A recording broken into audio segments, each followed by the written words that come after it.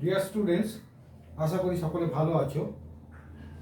তো আজকে তোমাদের জন্য তোমাদের যে অধ্যায়টার উপর আমি ভিডিও বানাবো সেটা হচ্ছে চক্রবৃদ্ধি সুদ বা কম্পাউন্ড ইন্টারেস্ট। তো দেখো, এই প্রথমত আমাদের জানতে হবে যে চক্রবৃদ্ধি সুদটা কি। সাধারণত দু রকমের সুদ হয়, সরল সুদ ও চক্রবৃদ্ধি সুদ। সরল সুদ এবং চক্রবৃদ্ধি সুদটা কি? সোজা কথা, চক্রবৃদ্ধি সুদটা, সরল সুদটা যেমন একটা মূলধন আছে ধরো 100 টাকা, এক বছরে তোমাকে 10% হারে যদি সুদ দেয়, তাহলে এক বছর পরে তুমি পাচ্ছ 110 টাকা, মানে তোমার সুদ হচ্ছে কত না 10 টাকা। 2 বছর পরে, আফটার 2 ইয়ার্স, 2 বছর পরে সেখানে দেখা যাবে তুমি এই সুদের হারটা 10%ই পাচ্ছ, 10×2=20, অর্থাৎ 2 বছরে 10×20 টাকা তুমি ইন্টারেস্ট পাচ্ছ। চক্রবৃদ্ধি সুদটা হচ্ছে এই যে তুমি 110 টাকা পেলে, 10 টাকা ইন্টারেস্ট পেয়েছিলে 100 টাকার জন্য, এই 100 টাকা সুদ 10 টাকা তুমি এখানে পাবেই, প্লাস এই যে 10 টাকা ইন্টারেস্ট পেয়েছিলে এরও সুদ পাবে 10% হারে, অর্থাৎ এর সঙ্গে আরও 1 টাকা যোগ হবে। অর্থাৎ দ্বিতীয়বারে তুমি পাবে কত? দ্বিতীয়বারে তোমার সুদ হিসাবে যোগ হবে 11 টাকা। তার মানে দ্বিতীয় বছরের শেষে তুমি পাবে 121 টাকা। কিন্তু সরল সুদ হলে তুমি পেতে 120 টাকা। অর্থাৎ সোজা কথায় চক্রবৃদ্ধি সুদ হচ্ছে সুদের সুদ। বলো পরিষ্কার? চলো অঙ্ক দেখানো যাক।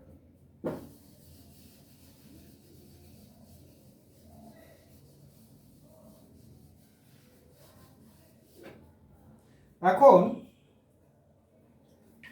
চক্রবৃদ্ধি সুদের কয়েকটা ফর্মুলা তোমাদের জানতে হবে। যদি আমি মূলধনকে পি ধরি, মূলধনকে ধরছি আমি পি,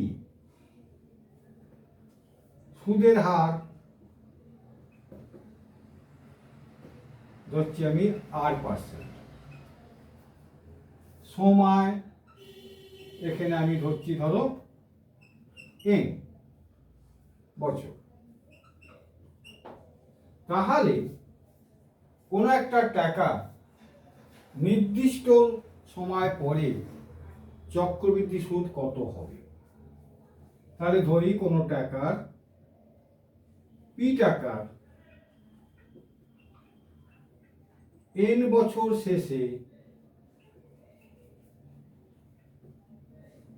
চক্রবৃদ্ধি সুদ হবে R% হারে। এইটা formula P × 1 + R/100 N - P। এটা হলো তার ফর্মুলা। পি টাকার N বছরের শেষে চক্রবৃদ্ধি সুদ হবে R% হারে, এইটা। তার মানে দাঁড়াচ্ছে পি কমন নিলে 1 + R/100 N - 1 হয়েছে। দেখো এখানে একটা জিনিস, এখানে এই অংশটা, এই অবধি অংশটা P × 1 + R/100 তারপর N, তা থেকে আসল বা মূলধন পিটা আমি বাদ দিয়েছি। তাহলে তোমরা জানো যে আসলের সঙ্গে সুদ যোগ করলে হয় স্ববৃদ্ধিমূল, তাহলে নিশ্চয়ই এটা স্ববৃদ্ধিমূল। এ থেকে আসল বাদ দিয়েছি, তাহলে সুদ বেরিয়ে গেছে। যাই হোক, তোমরা এই ফর্মুলাটা মনে রাখবে। আবার পি টাকার N বছর শেষে চক্রবৃদ্ধি সুদ যেমন হবে, এই ফর্মুলাটা, এটা আমি অফ করে দিচ্ছি। তাহলে এইখানটা আমি লিখে রাখলাম সুদের ফর্মুলা, ইন্টারেস্টের ফর্মুলা হলো P 1 + R/100 N - 1। এটা হচ্ছে ইন্টারেস্ট নির্দিষ্ট বছর পরে। এবার পি বছরে N বছর শেষে স্ববৃদ্ধিমূল, স্ববৃদ্ধিমূল কত হবে না? স্ববৃদ্ধিমূলের ফর্মুলা হচ্ছে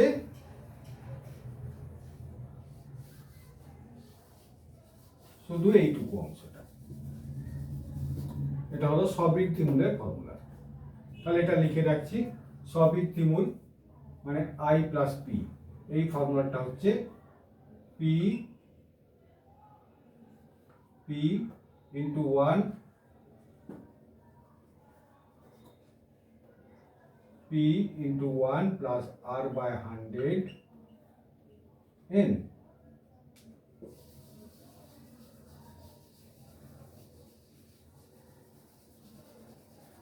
তাহলে এই দুটো ফর্মুলা, এটা ইন্টারেস্টের ফর্মুলা, এটা সবৃদ্ধিমূলের ফর্মুলা। এবার ধরা যাক একটা অঙ্ক বলছে 5,000 টাকা, 5,000 টাকার 10% হারে, সুদের হারে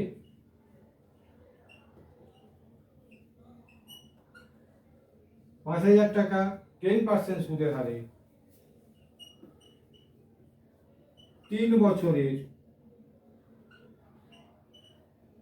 সুদ বা সবৃদ্ধিমূল আগে দেখাই। 3 বছরের ধরো সবৃদ্ধিমূল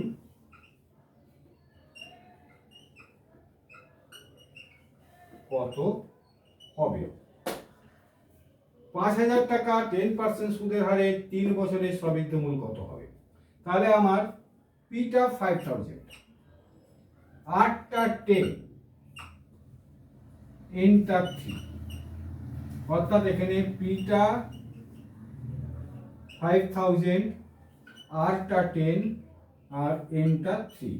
তাহলে সবৃদ্ধিমূলের ফর্মুলা আমি বসিয়ে দেবো। সবৃদ্ধিমূলের ফর্মুলা কি ছিল না, P into 1 plus R by 100 তারপর এন। তাহলে সবৃদ্ধিমূল আমি লিখবো এখানে 3 বছরের সবৃদ্ধি মূল কত বসিয়ে দিচ্ছি ফর্মুলা। এই ফর্মুলাটা এখানে পি, পি মানে 5,000 ইন্টু 1 প্লাস আর বাই 100। তাহলে 1 প্লাস আর হচ্ছে কত 10 বাই 100, এনটা হচ্ছে 3 হলো। তাহলে এটাকে আমি ক্যালকুলেশন করি এবার। 5,000 11 বাই 10 কিউব, 5,000 ইন্টু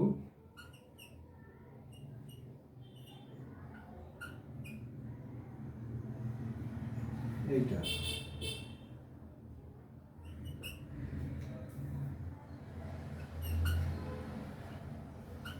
6655,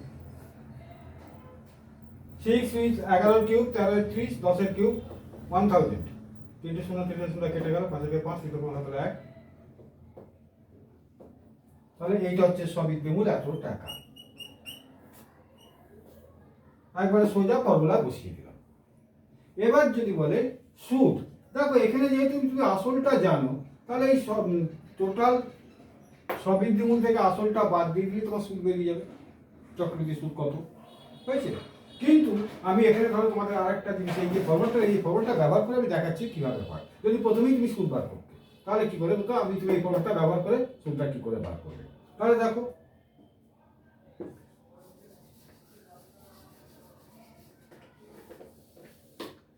তিন বছরে তুমি বার করছো সুদ, তাহলে সুদের ফর্মুলা এইটা, পি বসাবো 5,000, 1 প্লাস আর হচ্ছে 10 বাই 100, 3 মাইনাস 1। দেখো ফর্মুলাটা বসিয়ে দিলাম, পি ক্যাপিটাল, 10টা বসিয়েছি আর তার পাওয়ার এন মানে 3 মাইনাস 1। তাহলে এটা আমি করি 5,000, এটা হচ্ছে 11 বাই 10 তার কিউব, তার মানে একবারে করে দিচ্ছি এটা আমি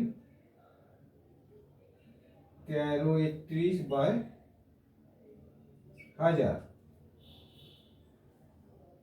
মাইনাস 1।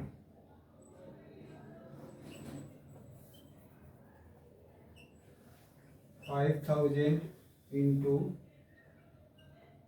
1330 মাইনাস 1000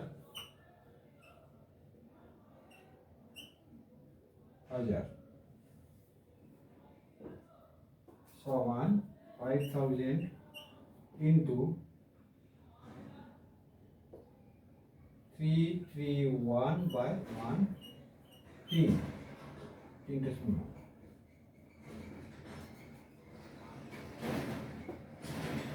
5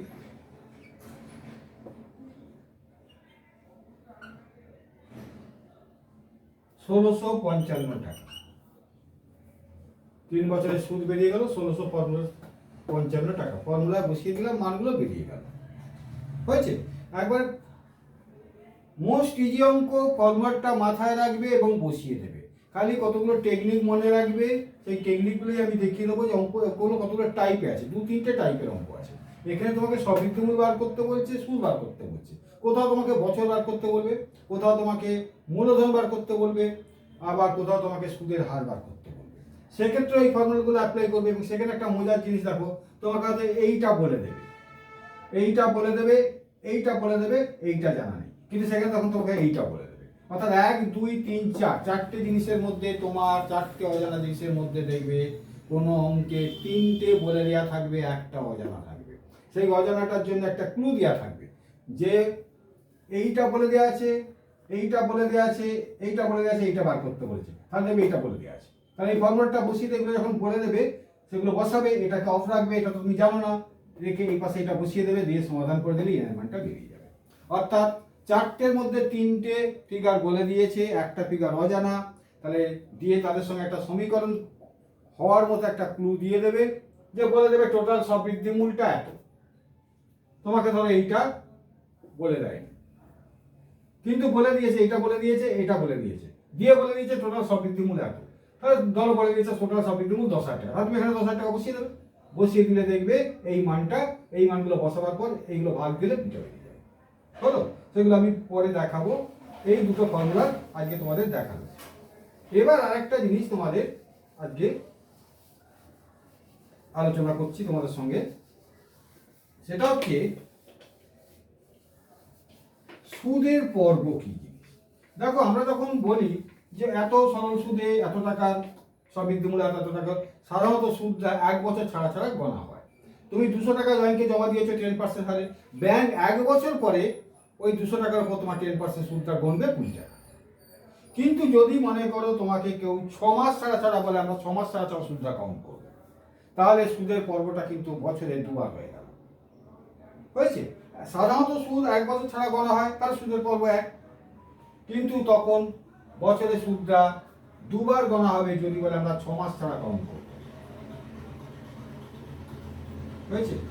তখন কি হবে না, তখন এই এনটা ধরো 2 বছরের সুদ, 2 বছরের সুদ, এই ফর্মুলাটা একটু চেঞ্জ হবে। অর্থাৎ 6 মাস ছাড়া যদি সুদ গণা হয় বা সুদের পর্ব তাকে বলে, তখন সুদের পর্ব 6 মাস ছাড়া হচ্ছে, তার মানে 12/6, তার মানে দুবার। সুদের পর্ব, সুদের পর্ব, সুদের পর্ব 3 মাস ছাড়া হচ্ছে, এটা 6 মাস ছাড়া। সুদের পর্ব 3 মাস ছাড়া হচ্ছে, তার মানে 12/3 সমান 4 বার। সুদের পর্ব 4 মাস ছাড়া হচ্ছে, তার মানে 12/4 সমান 3 বার। এটা হচ্ছে সুদের পর্ব। এটাকে আমরা বলি কম্পাউন্ড ফ্রিকোয়েন্সি বা কম্পাউন্ডিং পিরিয়ড। এটাকে আমরা বলি সুদের পর্ব, ইংরেজিতে বলি কম্পাউন্ডিং ফ্রিকোয়েন্সি বা কম্পাউন্ডিং পিরিয়ড।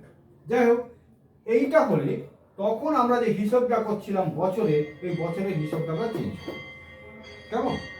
কিরকম?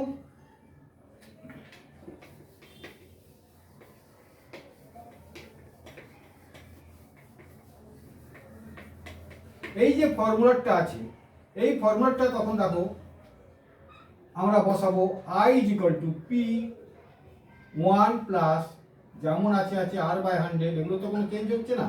এই এনটায় গন্ডগোল হচ্ছে, এনটা সুদের পর্ব যদি মনে করো 6 মাস অন্তর, মানে বছরে দুবার, সুদের পর্ব যদি দুবার হয়, তাহলে এই এনটাকে বছর যেমন থাকবে থাকবে, কিন্তু তাকে 2 দিয়ে গুণ হবে, আর এই 8টা 2 দিয়ে ভাগ হবে। এই হলো ফর্মুলা। এখানেও একই ব্যাপার, ইন্টারেস্ট প্লাস পি সবৃদ্ধিমূল P 1 plus R by 2 by 100 to N.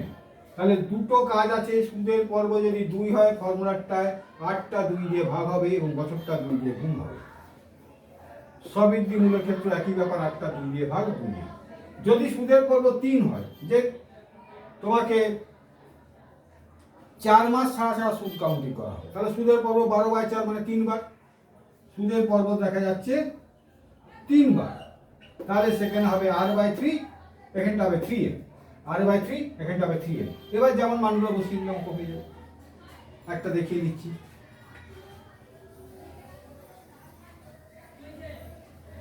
ধরো একটা অঙ্ক বললো, আমি আর অঙ্কটা লিখছি না, আর ধরো 10%, পি মানে মেন ক্যাপিটালটা ধরো 6400 টাকা হয়েছে। এবার তোমাকে বললো এটা 3 বছরে, অর্থাৎ এটা ধরো 9 মাস, এটা ধরো 9 মাস, 9 মাস সময়, এটা হচ্ছে এন।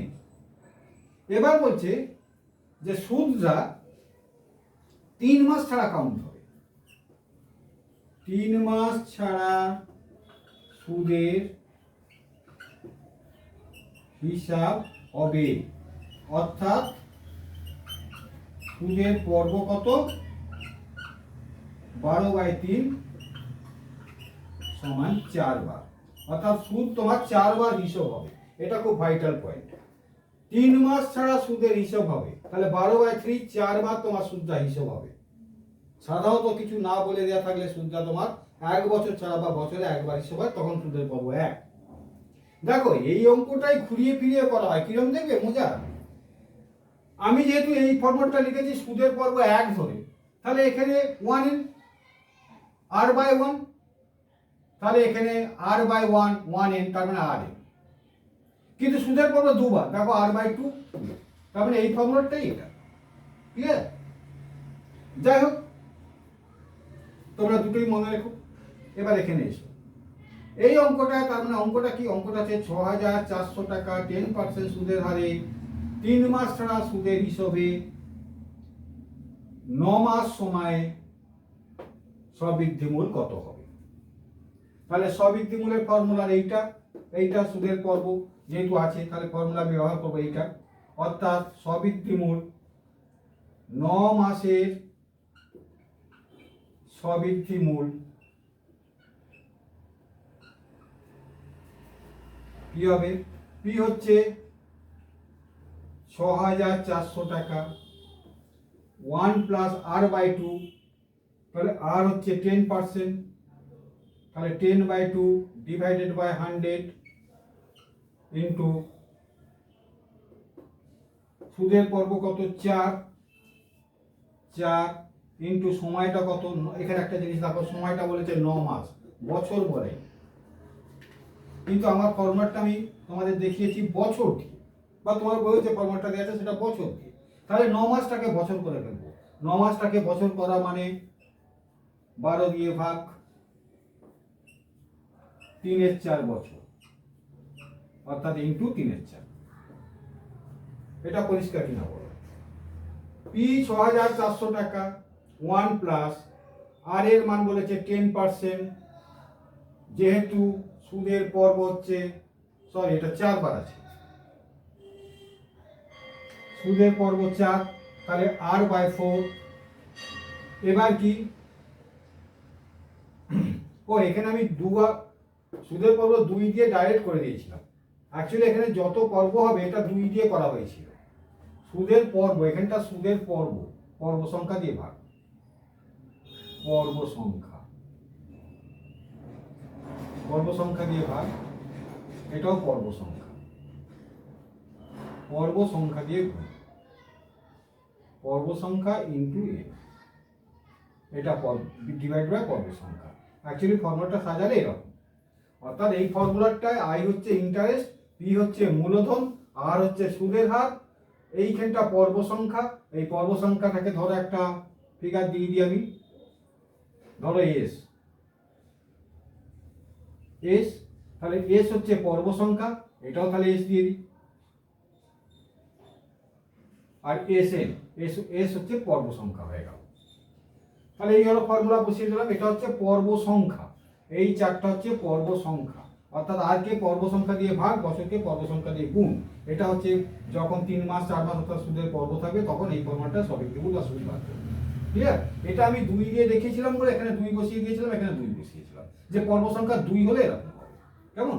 অ্যাকচুয়ালি এখানে পর্ব সংখ্যা এস, পর্ব সংখ্যা এস, যদি এখানে পর্ব সংখ্যা এস ধরি, হয়েছে? আশা করি বুঝতে পেরে গেছো। তাহলে 9 মাস এটা হিসাব। এবার আমি এটা আর কিছু না, ক্যালকুলেশন 6400, এটা হচ্ছে 4 আর 10/1 প্লাস 400, তাহলে 1/40, এই 4 চলে গেল 3, তার মানে 6400 41 40 3, তাহলে 41 40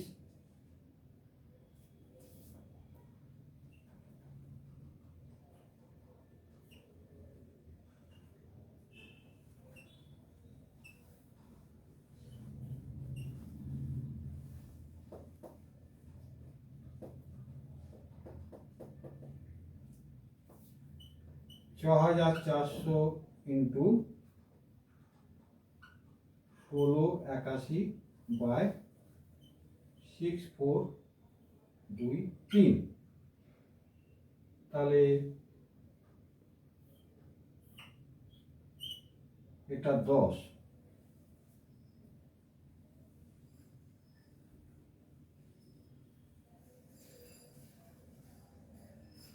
ও এখানে তো আরেকটা অ্যাকচুয়ালি দেখুন হবে,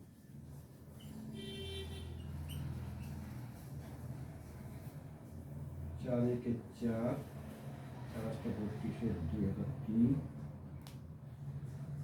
2 6 1 8 1 9 8 1 68 921, তাহলে এটা হবে 68,921/10, তার মানে 6892 টাকা 10 পয়সা সমান 6892 টাকা 10 পয়সা, 10 টাকা হলো। যদি সুদ বার করতে বলতাম এখানে এই ফরম্যাটটা -1 করে দিতাম, এই ফরম্যাটটায় -1 করে দিলাম, দিতে এটা সুদটা বেরিয়ে যেত। এখন এখান থেকেও সুদটা বেরিয়ে যায়, এইটা যদি আবার টোটাল স্ববৃদ্ধিমূল হয় 9 মাসে, তা থেকে আমার আসলটা 6400 টাকা বেরিয়ে গেলে কি হবে? 492 টাকা 10 পয়সা সুদ হলো। আজকের ভিডিও এখানে শেষ করছি, পরের ভিডিওয়ে এই অধ্যায়ে আরো কিছু অঙ্ক দেখাবো, তাহলে আইডিয়াটা পরিষ্কার হয়ে যাবে। আরো 2-একটা টাইপ দেখাবো, এখানে 3-4টে টাইপের অঙ্ক আছে, সেটা দেখে নিলেও পরের যে চ্যাপ্টারটা আছে তোমাদের সময় বৃদ্ধি, একই টাইপ একই অঙ্ক, এখানে শুধু টাকার ক্ষেত্রে বাড়ছে, ওখানে বাড়ছে জনসংখ্যার ক্ষেত্রে বাড়ছে, কোনো একটা মেশিনের ক্ষয়, কোনো একটা মেশিনের দাম পড়ে যাচ্ছে, এর উপর নির্ভর করে। বুঝতে পারছো? চলো আজকে এখানেই শেষ করছি।